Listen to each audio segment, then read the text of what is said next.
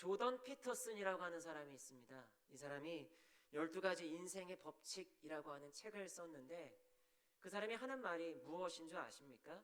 세상 탓하기 전에 네 방이나 먼저 청소해라 라고 하는 겁니다. 무언가 큰 일을 하려고 하고 성공적인 인생을 살아가기 위한 청사진을 펼칠 때 작은 것부터 사소한 것부터 바꿔나가야 한다는 것을 가르쳐주고 있는 것입니다. 그런데 오늘 성경은 우리에게 하나님의 자녀로서 이 세상을 살아갈 때 가장 먼저 우리가 청소해야 하는 것은 우리 방일 수도 있지만 우리의 마음이라는 것을 가르쳐주고 있습니다. 그래서 오늘 성경에서 예수님은 우리가 모두 마음이 청결한 자, 깨끗한 자가 되어야 함을 이야기하십니다. 그렇다면 오늘 성경이 이야기하는 그 마음이 깨끗한 사람은 누구이고 어떻게 하면 우리가 성도로서 그 청결하고 깨끗한 마음을 얻을 수 있는지, 그리고 그와 같은 마음을 우리가 얻게 되었을 때 우리에게 주어지는 영적인 유익, 복이 무엇인지를 함께 세 가지로 살펴보도록 하겠습니다. 첫 번째로, 누가 마음이 깨끗한 사람일까요? 그리스도인들이 마음이 깨끗한 사람이 되어야 합니다. 오늘 예수님께서 산 위에 올라서 그 무리들에게, 제자들에게 하나님 나라의 말씀을 가르치고 계십니다. 혹시 한 가지 장면이 머릿속에 떠오르시지 않습니까? 정확히 예수님 당시로부터 대략 한 1400여 년 전에 모세가 시내산에 올라서 하나님 말씀을 받아 그 말씀을 이스라엘 백성들에게 가르쳐 주었습니다. 예수님께서 모세보다 더 뛰어난 구원자가 되셔서 이제 옛 언약 백성이 아닌 새 언약 백성들에게 하나님의 그 말씀을 선포하고 계신 것입니다. 그렇다면 예수님께서 새 시대의 백성들에게 주시는 그 말씀의 메시지는 무엇이었나요? 오늘 우리가 읽은 말씀 5장 8절입니다. 전체 내용을 본다면 산상수훈이 되겠고요. 예수님이 우리가 특별히 주목하고자 하는 내용은 마음이 청결한 자, 까타로스, 깨끗한 자가 복이 있다는 것입니다. 그렇다면 마음이 깨끗한 자, 그 사람은 누구인지 우리가 알기 원합니다. 정확하게 그 동일한 표현이 구약 성경에도 나와 있습니다. 우리 이 시간 함께 시편 24편 4절 말씀을 우리가 함께 보도록 하겠습니다. 우리 함께 시편 24편 4절 말씀을 화면에 보면서 같이 읽어보겠습니다. 곧 손이 깨끗하며 마음이 청결하며 뜻을 허탄한 데에 두지 아니하며 거짓 맹세하지 아니하는 자로다. 오늘 말씀을 통해서 주님이 이야기하고 계시는 마음이 깨끗한 사람은 허탄한 데 뜻을 두지 않는 자입니다. 이 말은 허탄한 우상에 자기의 마음을 빼앗기지 않는다는 뜻입니다. 그리고 또 24편 4절에 말미에 뭐라고 기록되어져 있었습니까? 거짓 맹세하지 아니하는 자라고 이야기합니다. 이 말은 이웃들에게 악을 행하지 않는다라고 하는 의미가 담겨 있습니다. 결국 이렇게 하나님을 사랑하고 이웃을 사랑하여 그 말씀에 순종하는 자가 마음이 깨끗한 자임을, 그가 하나님을 그 임재 안에서 섬길 수 있는 자임을 구약 성경은 가르쳐 주고 있고, 예수님은 바로 그 구약 성경의 내용을 가지고 와서 지금 제자들에게, 무리들에게 가르쳐 주고 계신 것입니다. 그런데 우리가 마음이 깨끗한 자가 누구인지에 대해서 좀 더 이 마태복음의 문맥에 집중을 해서 살펴보게 된다면, 산상수훈 전체에서 마음이 깨끗한 자는 음란하지 않은 자입니다. 마음이 깨끗한 자는 자신의 그 보물을 하나님 나라에 쌓아두는 자이지 자신의 그 곳간과 이 세상에 쌓아두지 않는 사람입니다. 마음이 깨끗한 사람은 겉과 속이 다른 사람이 아니라 동일한, 위선적이지 않은 사람입니다. 결국 예수님께서는 이와 같은 말씀을 통해서 새 시대의 백성들, 새 언약 백성들은 마음이 깨끗한 자가 되어야 함을 가르쳐주고 계신 것입니다. 사랑하는 성도 여러분, 누가 마음이 깨끗한 사람이 되어야 합니까? 바로 우리 그리스도인들이 마음이 깨끗한 자가 되어야 합니다. 2022년에 기독교 세계관 한 단체에서 기독교인들이 어떠한 이미지를 가지고 있는지 묻는 설문조사를 진행했습니다. 사실 이 내용에는 기독교인들뿐만 아니라 불교, 천주교인들도 포함됩니다. 그래서 그 설문조사에서 불교인들에 대해서, 천주교인들에 대해서 어떻게 생각하십니까? 라고 물었더니 불교인들에 대해서는 포용적이다 라는 내용이 많이 나왔고, 상생하는 사람들이다 하는 평가가 주를 이루었습니다. 천주교 신자들에게 있어서는 정의롭고 그리고 헌신적이다 라고 하는 그러한 이야기를 했습니다. 그렇다면 우리 기독교인들에 대해서는 이 세상 사람들이 어떤 이미지를 갖고 있었을까요? 마음이 깨끗한 자? 아닙니다. 위선적이다, 물질적이다, 세속적이다 라고 평가하는 그 내용이 설문조사에 담겨 있습니다. 그 어디에도 마음이 깨끗한 자라고 하는 그 이미지가 기독교인 하면 떠오른다라고 말하는 내용이 없었습니다. 왜 이런 일이 벌어졌을까요? 이유는 한 가지입니다. 우리가 마음이 깨끗한 사람으로 살지 못했기 때문입니다. 이 시간 한번 우리의 삶을 되돌아보기 원합니다. 우리의 마음 상태는 어떻습니까? 우리 마음은 참 음란합니다. 젊은 청년들, 혈기왕성한 사람들만 음란한 것이 아닙니다. 돈 많은 중년들도 음란합니다. 나이 많은 할아버지 할머니도 음란합니다. 이것만 문제인가요? 육체의 정욕만이 문제가 아닙니다. 우리는 돈독이 마음에 가득히 오른 사람입니다. 입만 열면 돈. 시간만 되면 핸드폰 열고 주식이 올랐나 내려갔나 마치 도박에 빠진 사람처럼 우리가 살고 있지는 않습니까? 주님은 우리에게 모든 것을 주셨는데 우리는 누군가에게 주기보다 그저 받기만을 원하는 그런 사람으로 살아가고 있습니다. 그런데 진짜 세상에 우리에게 손가락질하는 이유는 우리가 그렇게 음란하고 우리가 그렇게 돈독에 쌓여 있으면서도 겉으로는 안 그런 척, 나는 괜찮은 사람인 척 위선을 떠는 마음을 품고 있기 때문입니다. 과연 여기 있는 저를 포함해서 모든 성도님들이 우리의 삶을 돌아봤을 때 나는 그렇지 않다고, 내 마음은 깨끗하면서 목사님 함부로 그렇게 말씀하지 마세요 라고 이야기할 수 있는 분들이 있으십니까? 그러므로 우리가 이 시간 주님 앞에서 우리의 마음을 살피며 회개하기 원합니다. 주님, 제 마음이 더러웠습니다. 이 세상 사람들이 음란한 게 아니라 내가 더 음란했고, 이 세상 사람들이 돈독에 빠져 산 것이 아니라 내가 이 세상의 만몬을 신으로 섬기며 살았습니다. 고백하고 내가 위선자였습니다. 내가 그렇게 살지 못했습니다. 회개하기 원합니다. 그리고 그와 동시에 이제는 우리가 음란한 마음이 아니라 거룩한 마음을 품고 돈독에 빠진 마음이 아니라 나눠주기를 좋아하고 더불어 지금 가진 것에 감사하는 검소한 마음을 품고 겉과 속이 다른 것이 아니라 우리의 말과 행동이 일치하고 같은 그 마음을 품기를 원합니다. 그럴 때 세상이 우리를 보고 저들은 참 그리스도인들이다, 마음이 깨끗한 사람들이다 라고 칭찬할 것이고, 거기서 우리만 이름이 높여지고 대단해지는 것이 아니라 결과적으로는 우리 하나님 아버지가 큰 영광을 받게 되실 것입니다. 그렇다면 우리가 이와 같이 마음이 깨끗한 자가 되기를 원하는데 그 방법은 무엇일까요?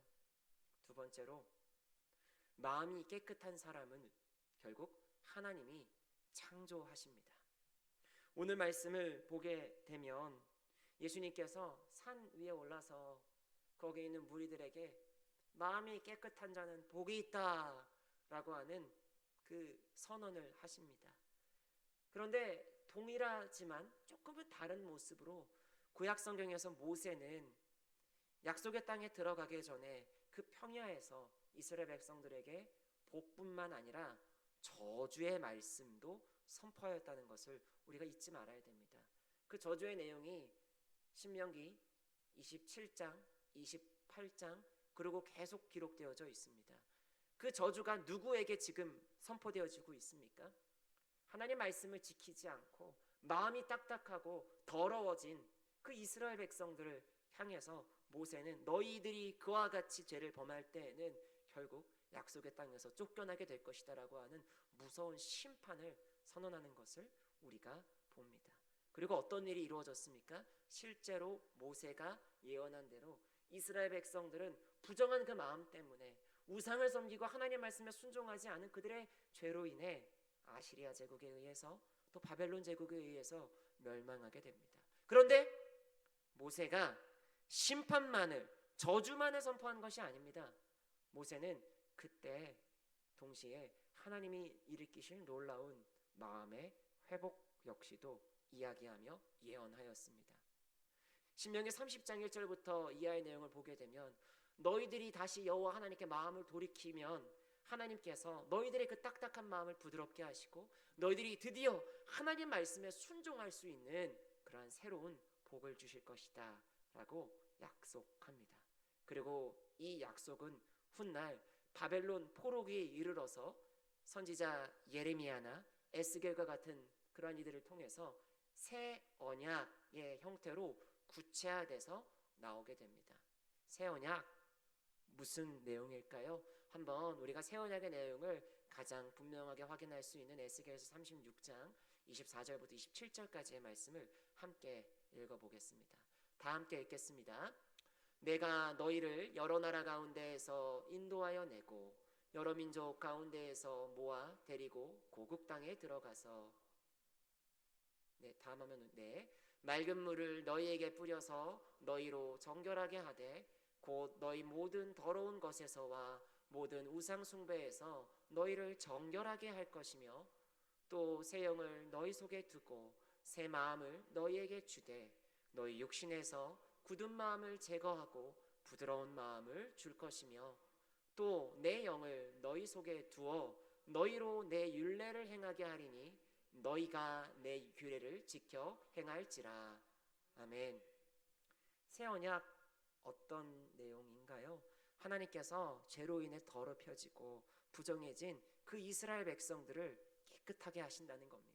특별히 성령 하나님을 하나님의 백성들의 그 심중 가운데 두셔서 이제는 더 이상 말씀에 불순종하는 딱딱한 마음을 가지고 살아가는 것이 아니라 부드럽고 정결한 마음으로 하나님의 말씀을 지키며 살아가게 하신다는 것이 새 언약의 그 약속의 핵심이다 라고 우리가 이야기할 수 있습니다.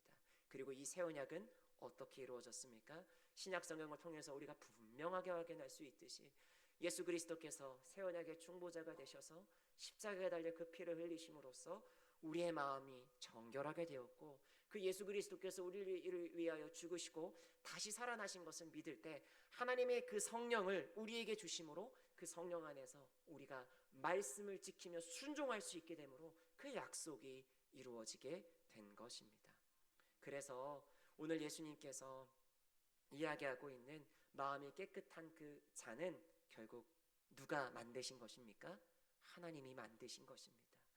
정결하게 하는 그 새 마음, 착하고 순결한 마음, 그 마음은 하나님의 창조물인 것입니다. 사랑하는 성도 여러분, 우리가 어떻게 해야 깨끗한 마음 얻을 수 있습니까? 그거 어떻게 소유할 수 있나요? 그 깨끗한 마음은 하나님이 창조하시는 겁니다. 요즘 우리 사회에 각광받는 그리고 성행하는 사업이 하나 있습니다. 여러 가지가 있는데요. 그것이 무엇이냐? 바로 청소 대행 업체입니다. 1인 가구가 증가하고 또 맞벌이 부부가 늘어나고 노년 인구도 눈에 띄게 많아짐에 따라서 청소 대행 업체들이 늘어나고 있습니다. 제 방같이 지저분한 방이 있다 해도 청소 대행 업체 맡기면 깨끗하게 정리해 줍니다. 주방이 어지럽고 냉장고가 지저분해도 청소 대행 업체 맡기면 아무 소리 안 하고 깨끗하게 치워줍니다. 자동차가 더러워도 내부 청소 맡기면 차는 비록 낡고 후패해져 간다 할지라도 그 속은 깨끗하게 만들 수 있습니다. 그런데 우리가 그 어떤 청소 대행 업체에 요구를 한다 할지라도 깨끗하게 할 수 없는 것이 있습니다.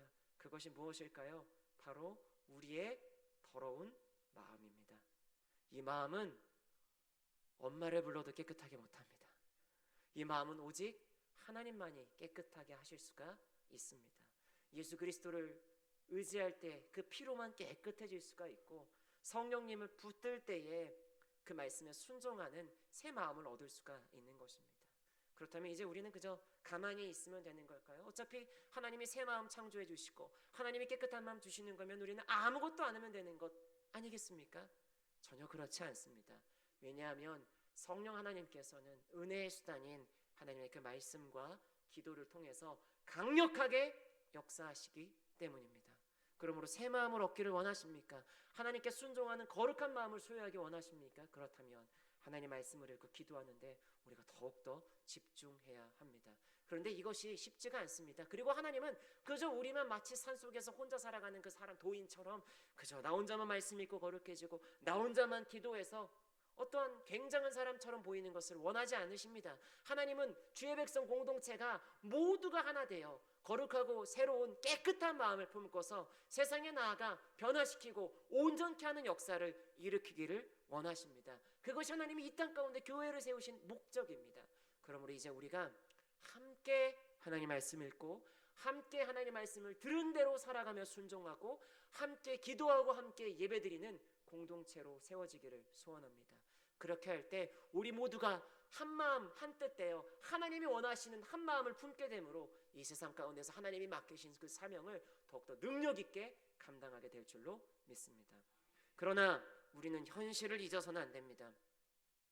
우리는 연약하기 때문에 깨끗한 마음 얻고자 하지만 다시 넘어지고 쓰러지고 죄짓고 더러워진 그 모습으로 살아가게 될 것입니다.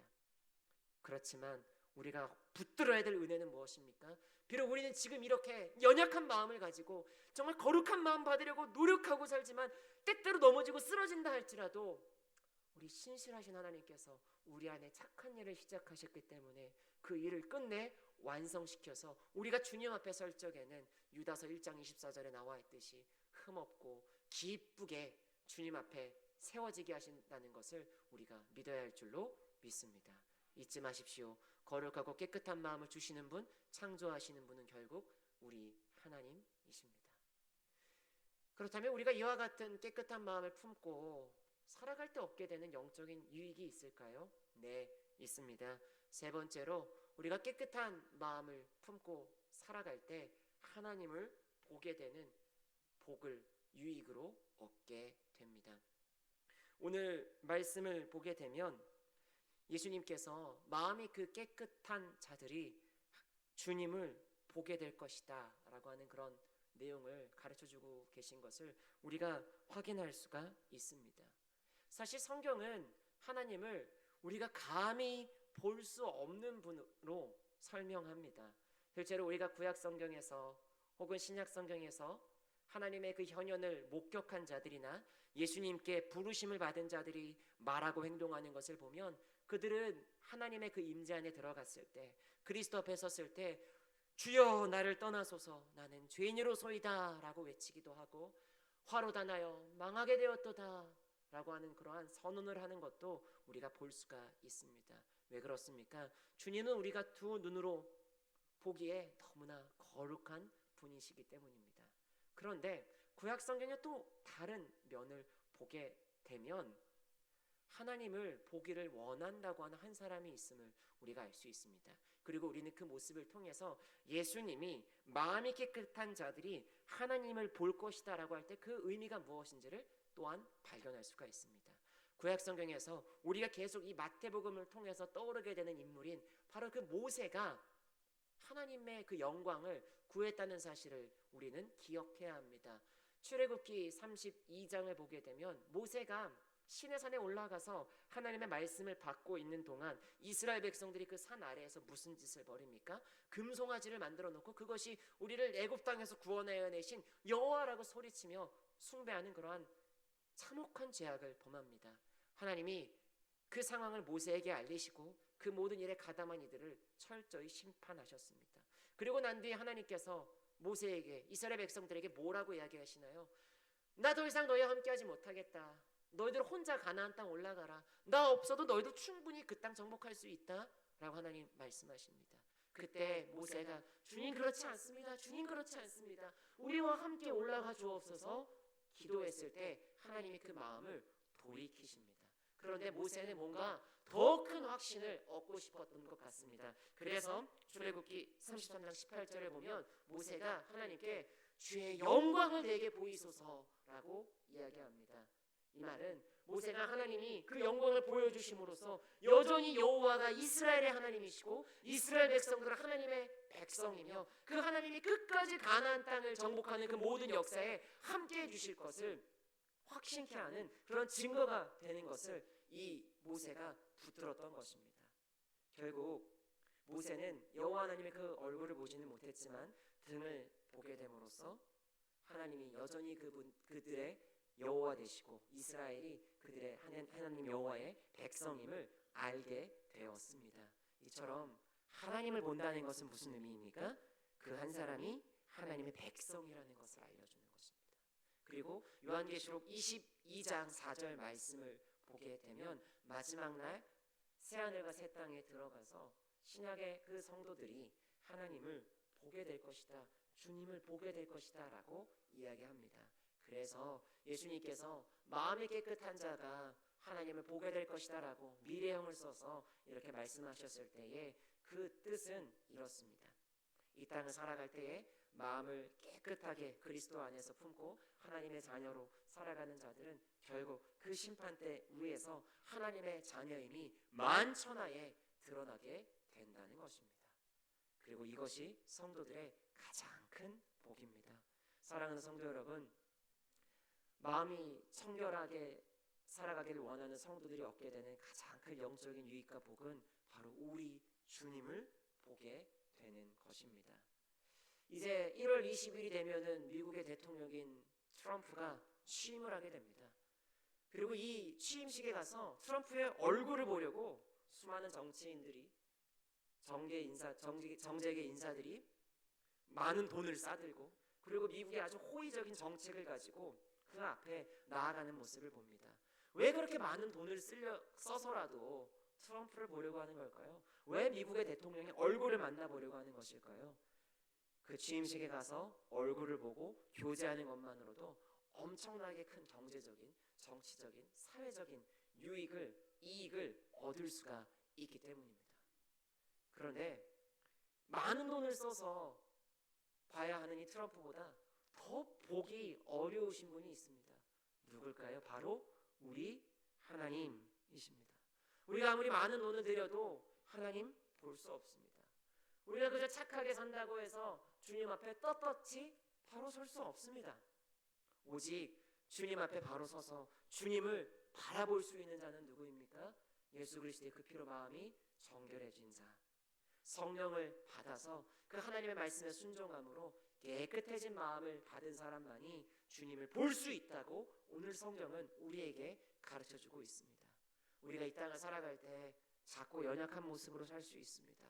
뭐 하나 대단한 거 없이 살아가서 내가 정말 주님 앞에 온전히 설 수 있나? 그런 마음이 들 수도 있습니다. 하지만 우리가 이 땅 가운데서 주님 의지하고 하나님 백성으로서 깨끗한 마음을 품고 성령의 인도를 따라 살아간다면 마지막 날 우리가 주님 앞에 섰을 때 우리는 감히 주님, 저는 작은 자입니다, 저는 무익한 종입니다, 주님을 볼 수 없습니다 라고 얘기하겠지만 주님은 그런 우리를 그 자리에서 일으켜 세우시고 착하고 충성된 종아라고 칭찬하시며 우리에게 그분의 그 찬란한 그 영광의 얼굴의 빛을 나타내 보이실 것입니다.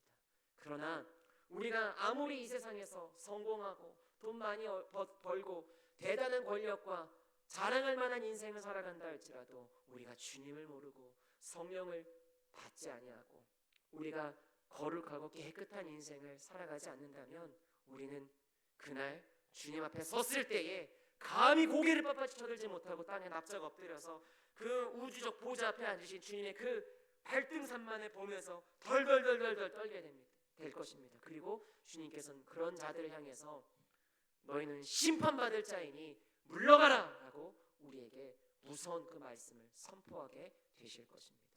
사랑하는 성도 여러분, 우리가 거룩한 주의 백성으로 마음이 깨끗한 자로 살아갈 때 가장 얻게 되는 큰 복은 바로 이 주님의 마지막 날의 최후의 구원을 얻게 되는 것인 줄로 믿습니다. 그러므로 지금 이 세상을 살아갈 때 마음을 깨끗이 하고 살아가는 것이, 주님 말씀에 순종하며 살아가는 것이, 예수 그리스도를 붙들며 살아가는 것이 돈도 안 되고 어떠한 능력도 안 되고 대단해 보이지 않는다고 할지라도 끝까지 철저하게 붙들고 의지하고 그것을 마음에 갈구하며 살아가시기를 간절히 축복합니다. 그렇게 할 때 우리는 마침내 그 마지막 날 그 심판대 위에서 어여시 바로 서서 그 우리 주님의 빛나는 그 영광의 얼굴을 바라보게 될 것입니다. 말씀을 맺겠습니다. 오늘 성경은 우리에게 하나님의 자녀들은 마음이 깨끗한 자가 되어야 함을 가르쳐주고 있습니다. 어떻게 하면 우리가 마음이 깨끗한 성도가 될 수 있습니까? 결국 방법은 딱 하나밖에 없습니다. 하나님이 우리 마음에 정한 마음, 깨끗한 마음, 거룩한 마음, 순결한 마음을 성령 안에서 새롭게 창조해 주셔야 됩니다. 그리고 성도는 그저 하나님 창조해 주세요, 저 가만히 있겠습니다라고 할 것이 아니라 사도 바울이 계속해서 권면하고 있듯이 우리 가운데 이미 오신 그 성령님을 의지하며 성령을 따라 행하는 삶을 살아가야 합니다. 물론 넘어지고 쓰러지고 부족하지만 우리가 그렇게 하나님의 구원을 의지하고 성령을 따라 살아갈 때 마침내 우리는 그 마지막 날 새하늘과 새 땅에서 그 주님의 영광스러운 얼굴을 보게 될 것입니다. 이와 같은 큰 복이 우리 모든 성도님들의 삶에 가득하기를 간절히 축원합니다. 기도하겠습니다. 사랑과 은혜가 풍성하신 하나님,